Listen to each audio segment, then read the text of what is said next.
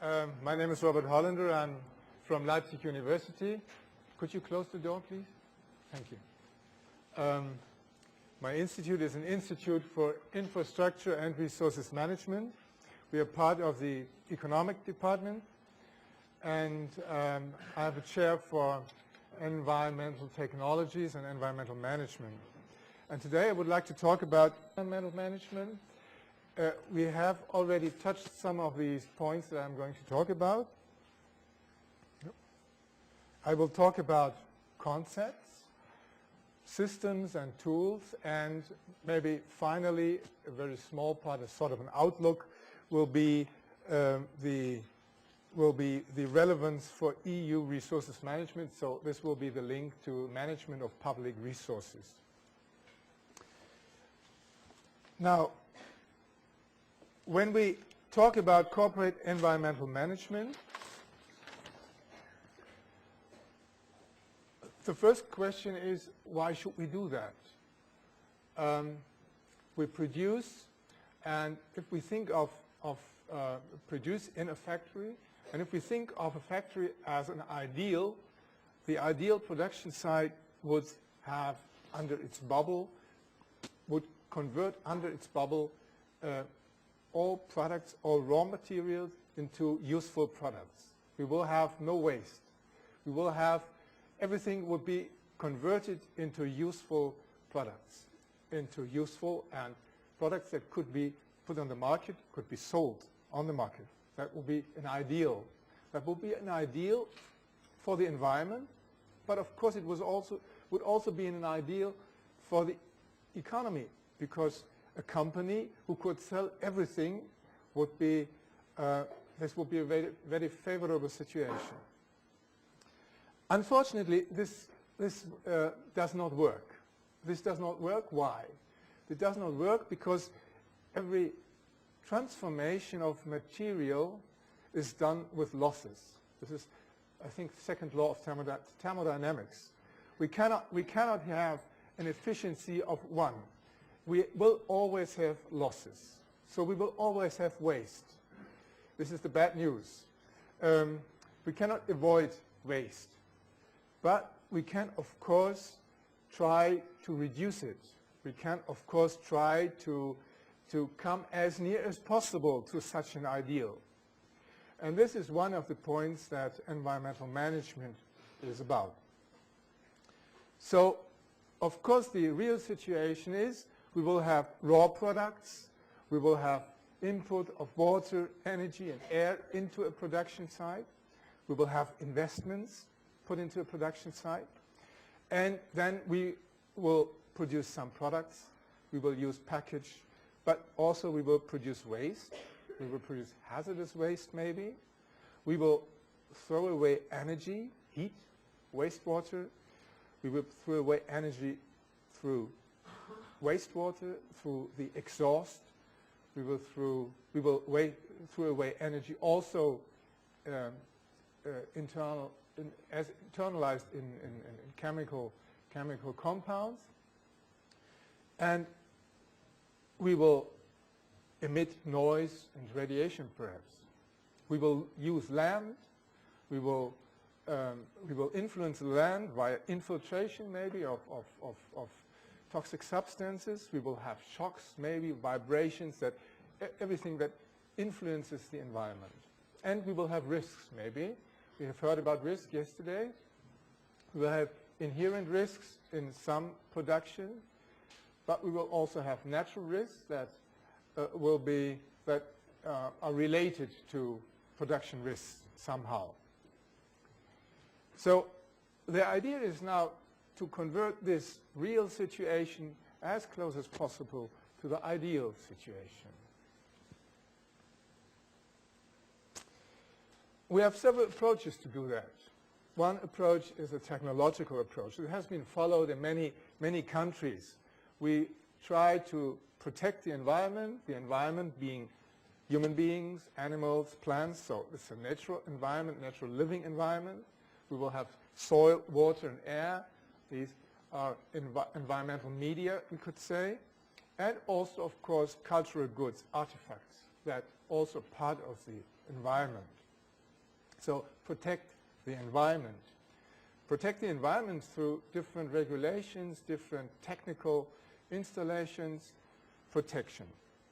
Also increase safety, environmental safety, safety for workers, occupational health, but also the inherent safety of products. So increase safety of the production site, but also increase safety of the products. So this will reduce the risk. And of course, reduce waste. To reduce waste, throw away less. Make better use of the resources, reduce waste, also for economic reasons, but also, of course, for environmental reasons, because in many countries still waste is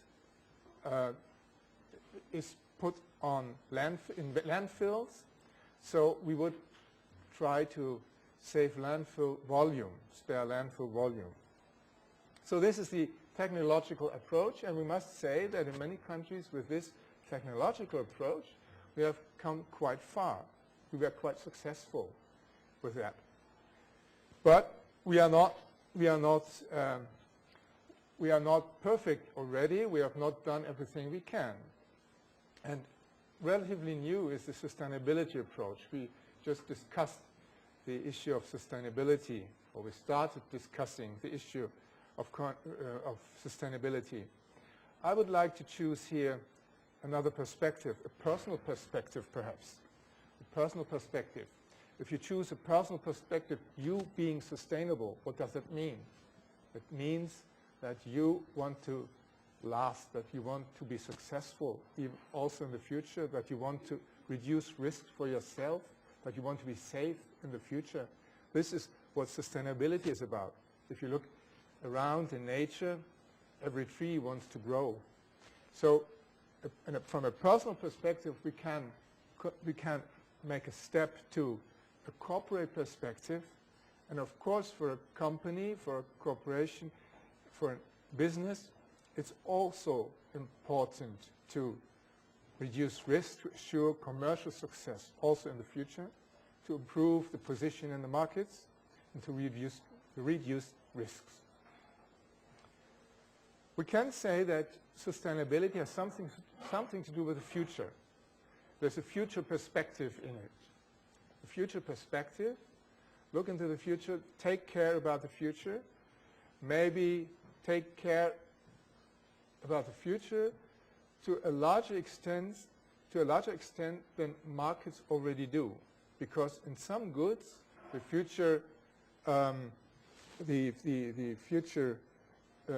perspective is already included in the price, but not everywhere. Not everywhere.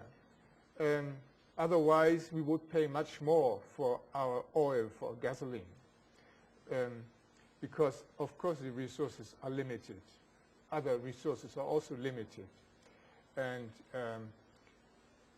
the market foresees risks only for a certain period of time. So, looking ahead means looking ahead personally for your business, for your personal future, but also for your business. So, to implement this approach, we need these. I call it technological sustainability. This would mean many of the things we've already done in this technological approach. We would aim to integrate environmental protection into our products. This would mean not only increase product safety, but also would mean the products becoming more environmental friendly. We would also try to integrate environmental protection in our production process. Integrated environmental protection. This would mean alterations in the production process, make the production process more efficient. And this can be done, but we remember a small residuum, a small rest will always remain because of thermodynamics. We cannot be perfect. Then we have this point, material sustainability. Material sustainability meaning increasing the resource efficiency of the overall economy. Trying to shift more from a throughput economy, producing something, using it, throwing it away, to a full cycle, to recycling economy, using things several times, maybe using the service and not the product. This opens the eyes for new solutions also. And I've added here one point called societal sustainability. What does that mean? Societal sustainability means that a company has to make use or has to assure that in future its resources will still be there. And the societal acceptance of a company is part of its resources. So a company needs not only raw products, does not need only investment, does not need only labor. A company needs also this acceptance of the society. It needs the license to operate, not only in strictly legal terms, but also in a more general and moral, ethical terms. So make sure that the societal acceptance will be there as part of the resource base of a company, as part of the resource base of a business, is also part of the sustainability. And this, I'm sorry, I'm going back. And this is also, of course, one reason why we need communication with the public. We just had this in the context of lawmaking, of implementation of law.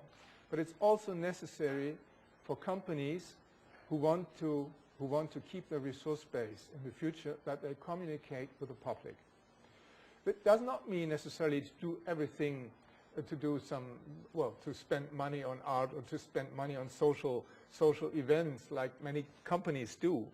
This is not the point. The point is to make understandable the business to the people and make people accept that this business is a useful part of the society. And this is an important aim. Now, I'm trying a definition. When we think about environmental management done by a company, what does it mean? It could mean, there are several definitions, of course. I am suggesting here one. It means planning, implementation, and control. Planning, implementation, and control, 3 things. Of strategic and operative measures, 2 different aspects. To avoid, reduce, and remediate environmental damage. So less environmental damage in our strategic planning, in our operative measures. And this is the second thing, very important, to make full use of new economic chances that might arise. New economic chances that might arise because the society is converting itself more to a sustainable society, more to economic protection. Maybe there are new economic chances opening up. And to make use of them is also part of environmental management. Now, the point is how we do it. How we do it. How can we do this? How can we implement this in a company?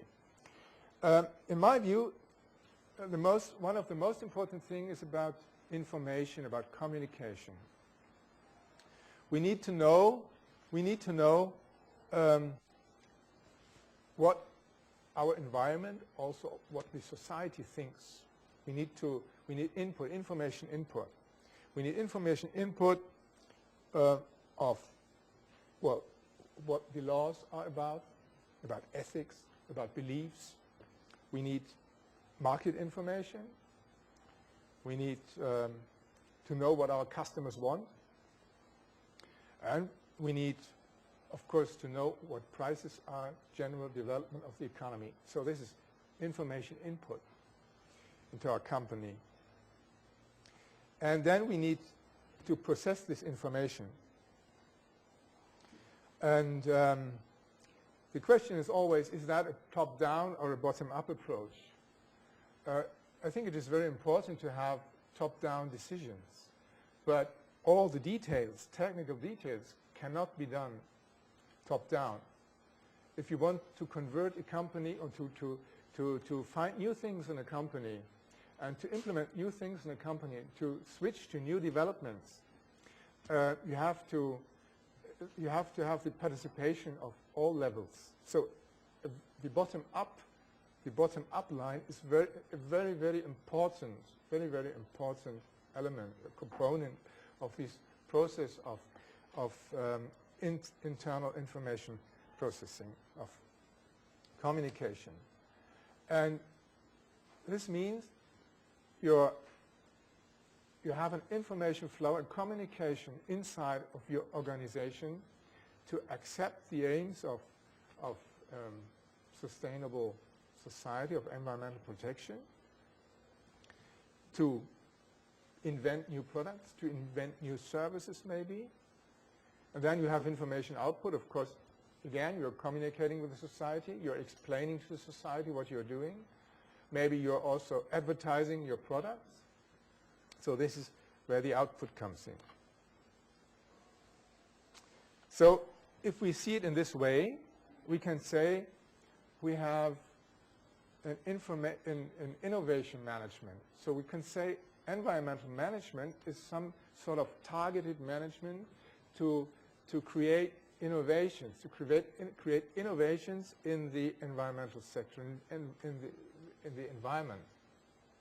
So in this internal information process, we define objectives to avoid,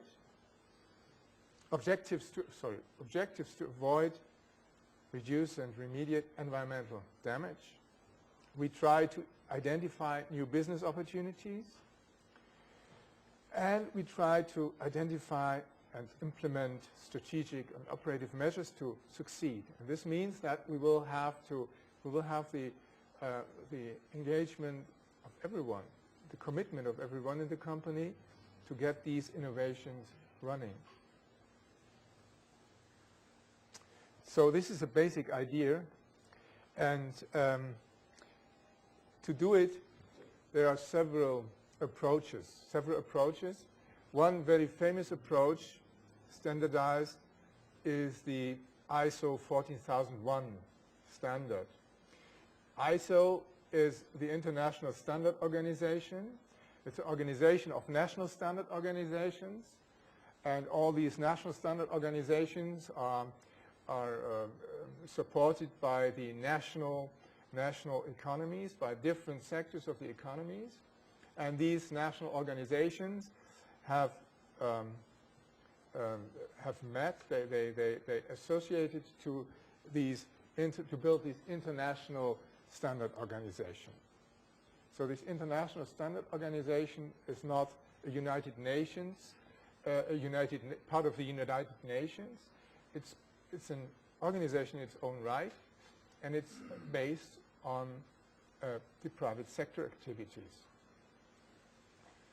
So, and this ISO organization, International Standard Organization, has issued this standard, 14001, very important, globally accepted, of an environmental management scheme. And to make use of an environmental management scheme, you have, first of all, you have a starting point. And the starting point is the commitment of top management. Because you cannot start an environmental management scheme in a company without the commitment of top management. As we already saw, that this would involve the whole company. You cannot start involving the whole company if top management does not agree. So you cannot start on an intermediate level. You cannot start in one section or in one city of a company that has several bases in several cities or several countries. You have to do it in the whole company. So first of all would be an environmental statement of an environmental policy. Environmental policy would be developed, of course, also with the participation of other levels. But very important is that the top management will sign this environmental policy and will issue this environmental policy and will commit itself to this environmental policy. And then come the details. The details is to implement these aims in the company's management scheme, to set up an environmental program, to document this so that everyone can read it and then try to implement it. And after you have implemented, there will be an audit, like an audit in the field of economics. This audit may be internal or external, and there will be an audit report. And if it's external, you will be certified by an external auditor that certifies that you have an environmental management system in place. The aim of this environmental management system is continual improvement, and you will check that. And you will have to adapt your environmental management scheme if you see that something is not going as you planned. But then you will have a correction phase, and then you will have to correct the management system. Maybe you have to adapt the aims, the tasks, the object, and then you will have another cycle process. Of course, you're free to communicate your certificate to your customers, to the public, to the market, to authorities, and to your own staff.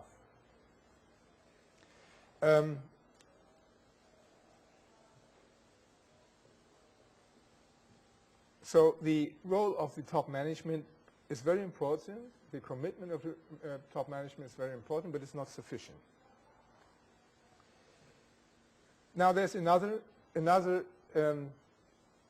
scheme for environmental management, for corporate environmental management.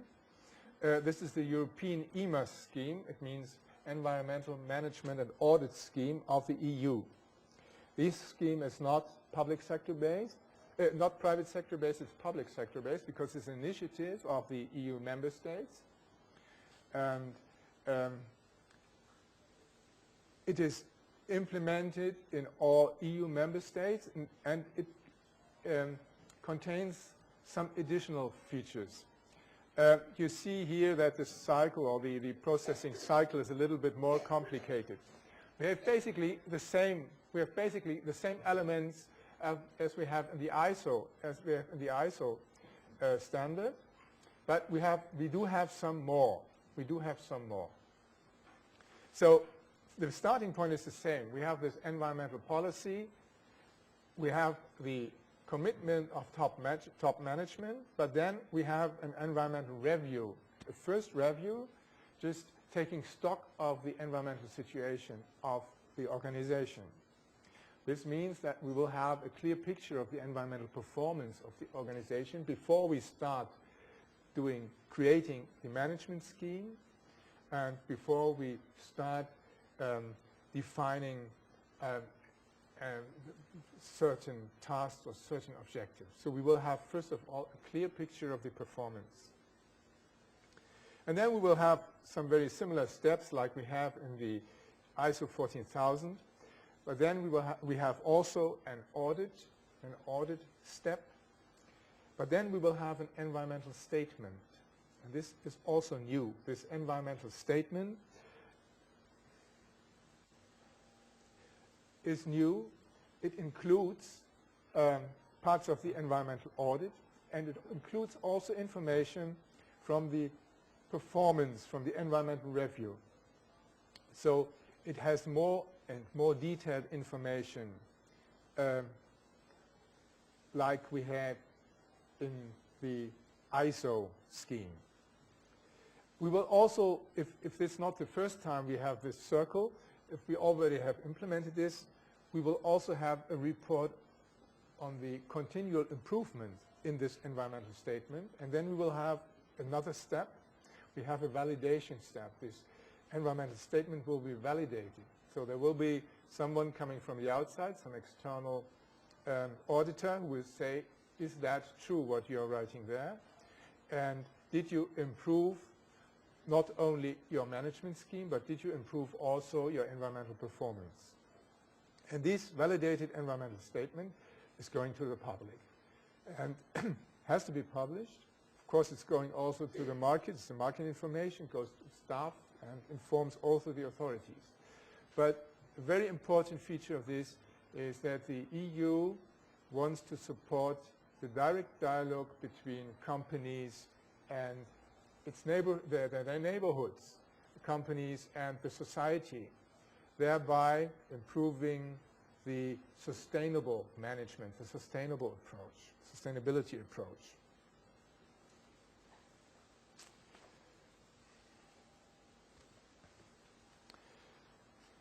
Now, I have a short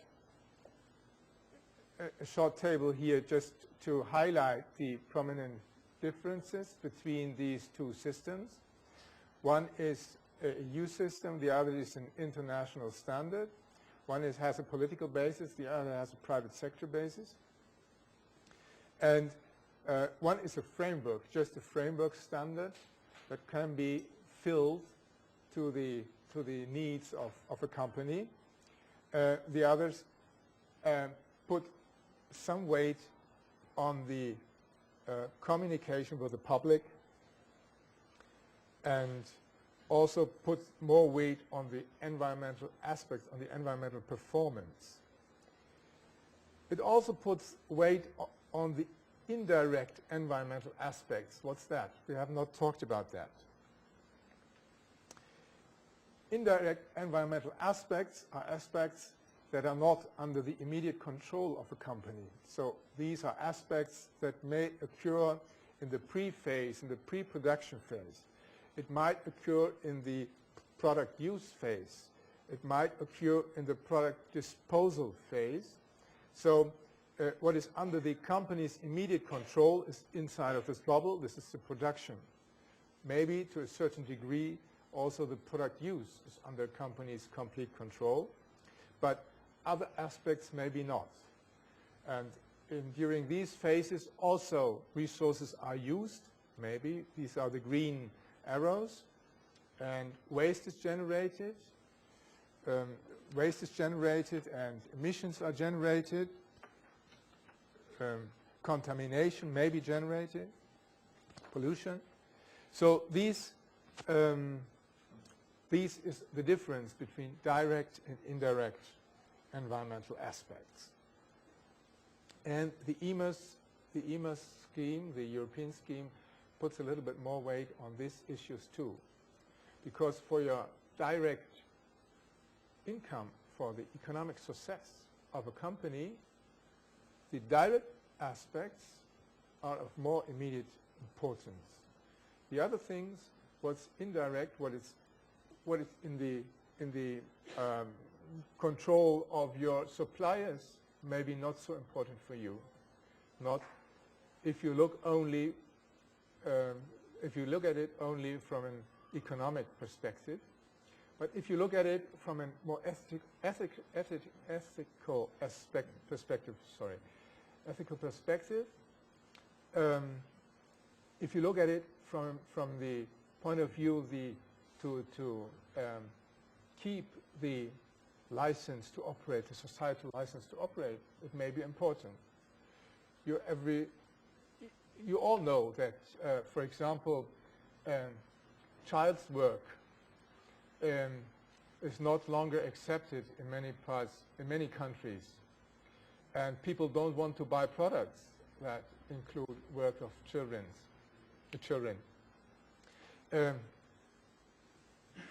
So we have a moral and an ethical aspect in this business also. And there are many other parts of our society where these aspects already have a value.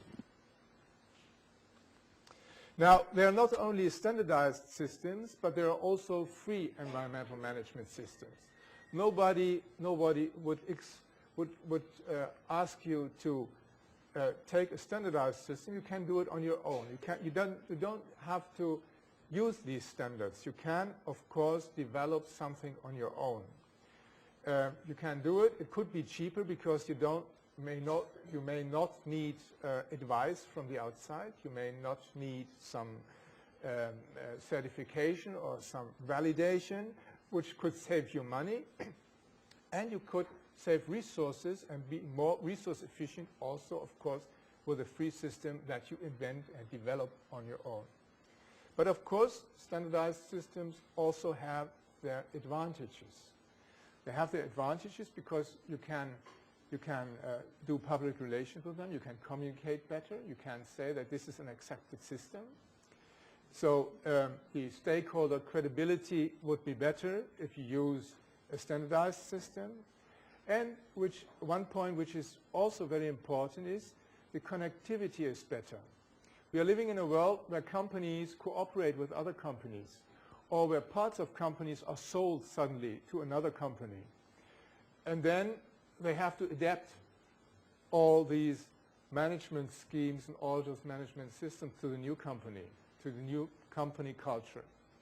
And this is a very complicated issue for many companies when one part of a company gets sold to another company and they have to change and adapt. And in these situations, it is quite advantageous to have a system in place, a management system in place that relies on some accepted standards. Okay. Now the point is how do we implement this in practice? How do we know that we are successful with our management scheme? Of course, if we want higher resource efficiency, we will have economic effects, immediate economic effects. But then for other aspects, it might not be as visible as an immediate economic success. And of course, there are different concepts to measure the environmental performance of a management concept or of efforts of a company. We may have qualitative concepts that may consist of verbal reasoning, of checklists, of life cycle assessment. We will have a short look at life cycle assessment. We will have multiple key figures, key values, performance indicators. Different schemes are in use. Some of you might know them or might know some of them already. There are non-monetary units in use, so-called eco-factors. I will have a closer look at that also. Material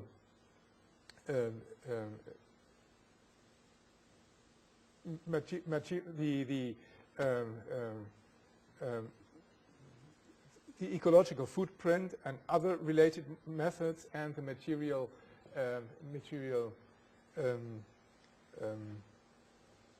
well, the word slipped of my tongue. What is material use of per unit service? I'm now thinking what the I stands for. I cannot recall it for the moment. I come back later to that. Okay, so but then there are monetary units also, monetarization methods that could be used, different methods for accounting residual costs, for residual waste cost accounting, assigning costs to different production steps. So there are different concepts to use for judging whether we are successful in environmental terms or not. One very prominent thing is life cycle assessment. Life cycle assessment consists of several steps. The first and most important step is to define the goal and the scope, what we are trying to do. Life cycle assessment is already a comparative exercise. We are comparing two things with each other. life cycle assessment for one thing alone wouldn't make sense. It is because there are no absolute values. It's always a relative comparison between two situations, two products, two ways of production, but it's also always comparative. So first thing we will have to decide what we would like to look at, what we would like to investigate, what could be the direct environmental aspects, could be the indirect environmental aspects, could be very specific aspects of a product we would like to compare, how to be more environmentally friendly in using or in producing this product. And then follows in inventory analysis. Inventory analysis means that we will try to sum up all environmental aspects, all products that we use, all energy that we use, and make a complete list for this aspect we have defined before. And then we are trying to sum up the impact, which is a very difficult step, impact, because when we talk about producing a car, we have millions of data for that car. And now, how do we sum that? How do we sum it up to judge it and to interpret it? It's very difficult. And to come nearer to that, we can assign certain effects and certain products to certain impacts. Impacts, very general impacts, like climate change, or ozone depletion, or acidification of waters, or acidification of the soil, or human toxicity. So we will have some general impacts, and we will try to assign all these detailed data to these impacts. But then we still have the difficulty of comparing apples with pears. Still, we have the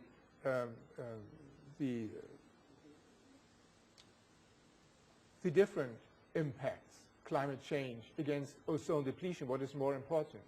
This is or toxicity or acidification of waters. What is more important? This is not a question that is easy to answer. That can't be easily answered. This is a very difficult interpretation, and this interpretation will finally be the basis for our decision, and in the frame of the goal or in the frame of the scope of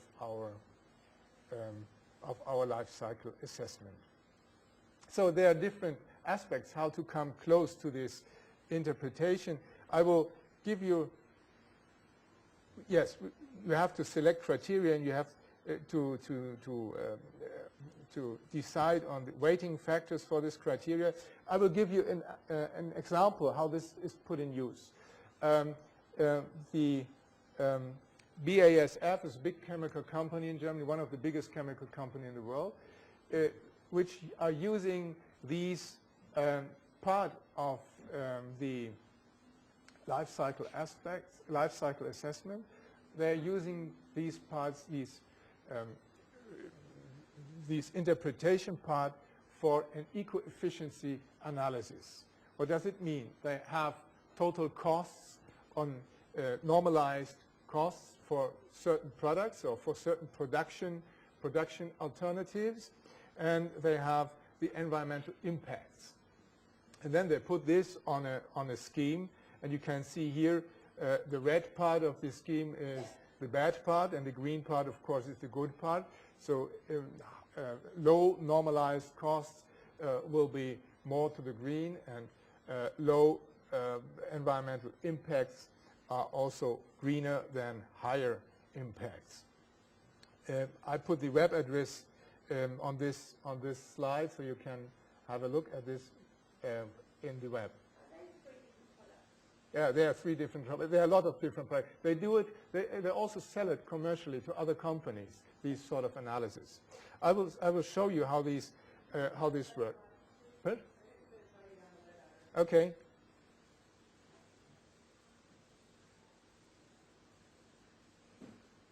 This is the German web address, but there's also an English flag on it, an English translation. There's no problem with that. Okay, these eco-efficiency analysis is based on a convention, how to interpret the data. We just saw at the eco-efficiency analysis that we need this interpretation being done.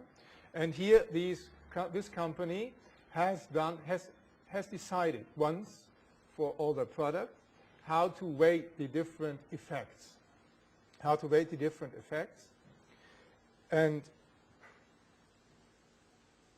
I've given here an example. For example, they were weighting the quantity of energy consumption by 25%, quantity of material consumed by 25%, quantity of emissions by 20%, and this is subdivided into emissions to air by 50% weighting factors, emissions to water 35%, waste 15%. And then if you come to emissions of air, this again is subdivided by the global warming potential 50%, ozone depletion potential 20%, photochemical ozone potential, this is the ozone at the surface, at the surface in the cities, it's 20%, and the acidification potential 10%.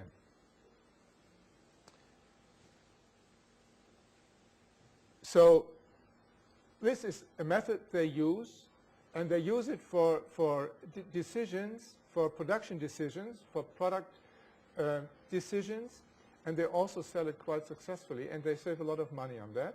And it's also a very good instrument to argue with at the management level that the environmental friendly products also save money, can also save money.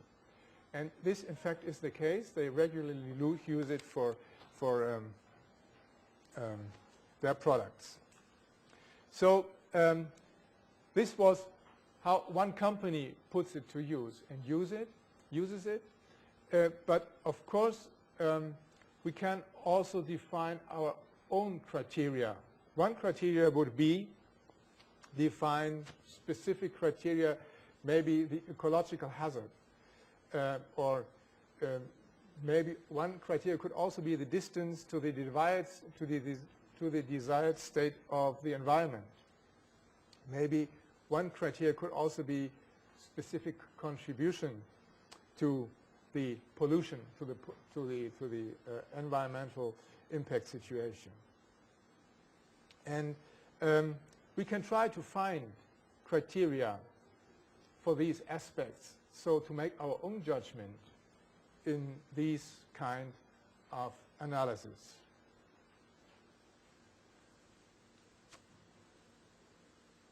And we can qualitatively assess these criteria, or we can try to aggregate this criteria then after assessment. Now, what does ecological hazard mean? Ecological hazard means that heavily impacting effects are more severe than less heavily impacting effects, or effects on higher species are more severe than effects on lower species. Irreversible effects are more severe than reversible effects. And effects that are felt worldwide, everywhere, of course, are more severe than local effects. And, very important, less secured knowledge on impact is more severe than very precise knowledge. So if we don't know yet exactly what would happen, we should be more careful. And as in situations where we know exactly what would happen. Distance to desired state of environment means bigger distance between the present state and the desired state is more severe than a small distance. Higher implementation gap is more severe than small implementation gap. Growing effects are more severe than stagnant or shrinking effects. So if we are in a very dynamic situation where environmental effects are still growing, we have to be more careful, and we have to take measures more urgently than if we are in a phasing out situation where the environmental contamination will be lower in the next years.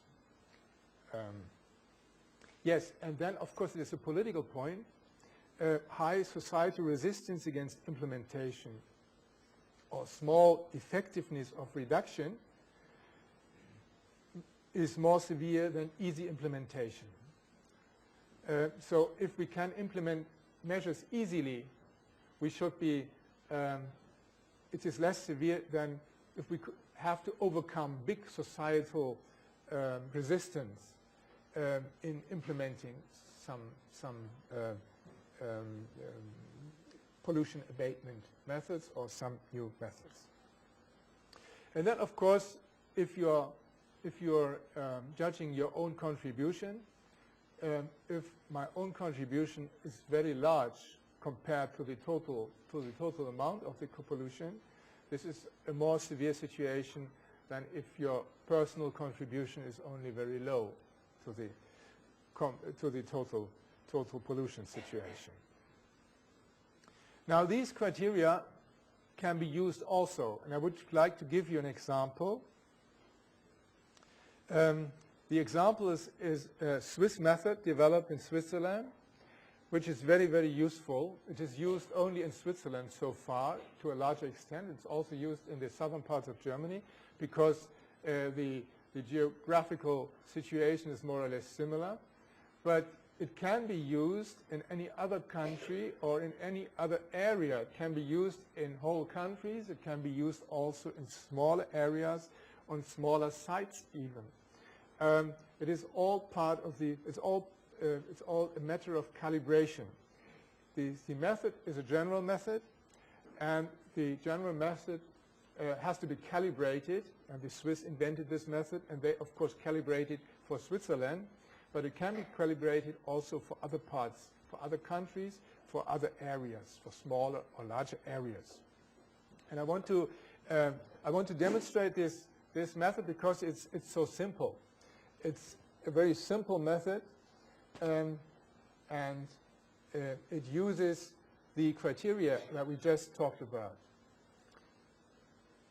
The idea is to substitute apples and pears by a common denominator, so that we could add up all environmental impacts. And the common denominator is the environmental impact point. The environmental impact point. So we add up finally all different kinds of impacts, and we convert them. We convert the units into environmental impact points, and then we can add up all these environmental impact points. That's a very simple method because then you can judge, have I reduced my environmental impact points over the last years, or didn't I do it? And what can I do to reduce it? So it's a more or less general picture. It's a picture that makes management easy. Now the point is, how do I come to these environmental impact points? There's a formula written here. The formula written means the formula defines an ecofactor, and defines that that the ecofactor equals one environmental impact point divided by the critical flow. The critical flow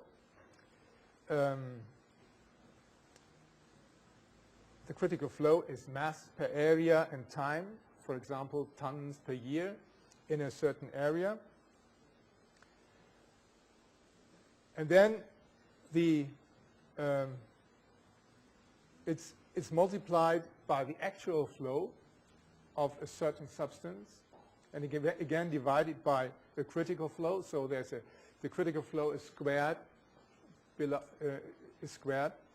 then there's a factor for correcting the units, which is more or less not necessary. If you're precise with using the units, you don't need this correction factor. It's just to make sure that you are in the same units. And I give you an example how the Swiss use it. The Swiss use it. They have an actual flow, for example, of sulfur dioxide in the air, and they have a critical flow which is defined by a political statement, by a political process, by a European Sulfur Protocol. They agreed to reduce their sulfur emissions to that amount that is being put here. And if you put that into the formula, you will arrive at an eco factor of 53 environmental impact points per gram SO2. And so you can now multiply that with your own SO2 emissions, grams SO2 emissions, and you will arrive at an environmental impact factor. And you know your own environmental impact factor of that emission. And you can do that with a lot of other substances which are defined by the Swiss. But I must say it is calibrated, as you can see here, for Switzerland and for areas very near to Switzerland. But you can calibrate it also, of course, for your own area. If you have some emission caps in your own area, you can put it here. Yeah?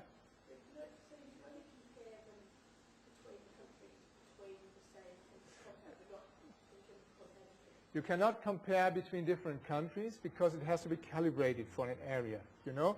But what is going into this method are emission caps for a country or for an area. So if you have different emission caps in different countries or for different areas, you cannot directly compare them. Okay? It's a management tool for all companies inside that area, but it's not a management tool for comparing different companies in different jurisdictions. But it could be if they have the same cap. If they have the same cap, it could be, yes. Huh? So it's another example. Critical flow of chromium in the water, critical chromium emissions, and here you see that the lower the critical flow is, the higher will be the eco factor because the critical flow is squared in this formula, and you will have a high eco factor for chromium, for example, in this case. So I owe you one more information. What this MIPS was.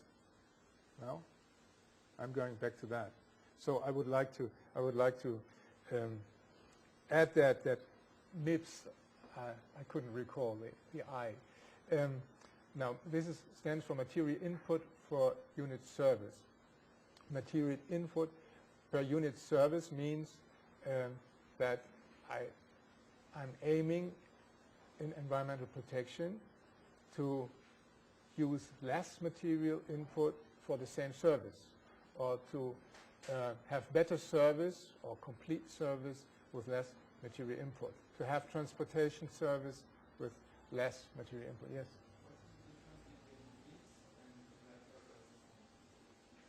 Lifecycle assessment is a very versatile instrument that can be used for a product or for a production process or for a certain area in a production unit, for example.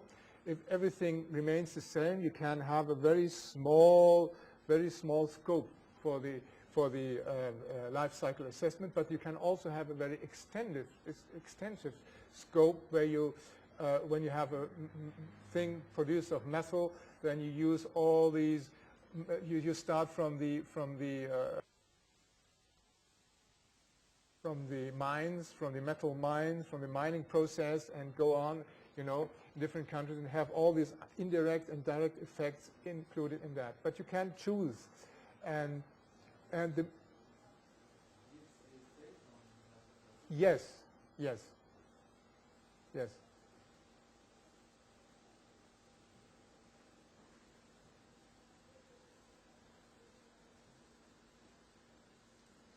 Okay. Now I'm coming to an end. I would like to say that at least we in Europe, I don't know how it is in other countries, at least we in Europe, we are changing our system of resources management. We're changing our system of resources management. We had, in former times, we had very prescriptive, also sometimes technical laws giving limit values.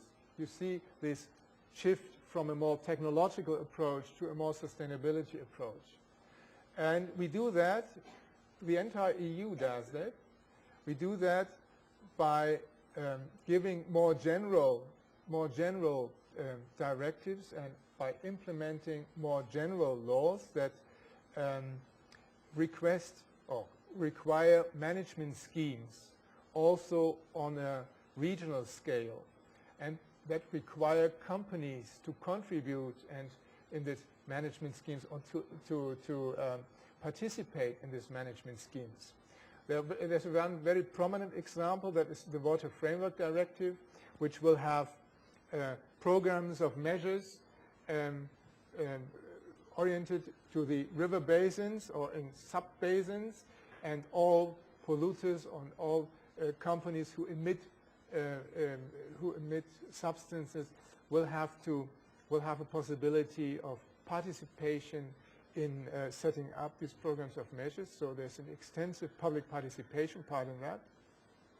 But we will also have this planning approach, this regional planning approach, and regional approach of regional optimization. We have that also in the Air Quality Directive that we have in Europe, where we have national emission ceilings by now, which could be useful for using these Swiss method I just explained.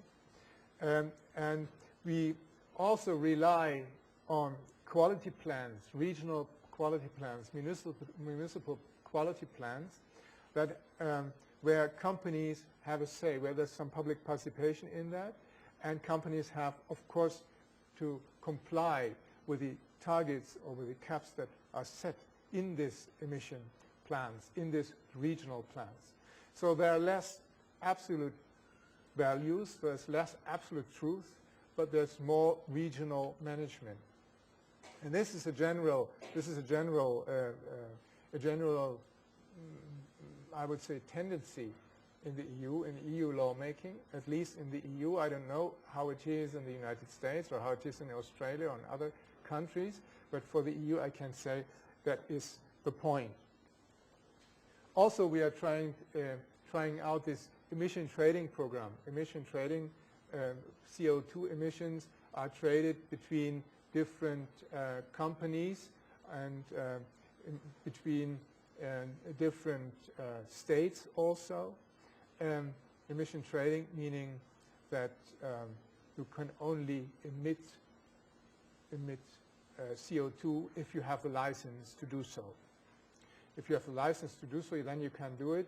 And if you don't have a license, you have to buy a license. So if you want to extend your production, in this phase, it is more or less extension of productions. If you want to extend your production, you have to buy CO2 certificates, trading certificates. And this is quite a successful thing to try to optimize the eco-efficiency of a society.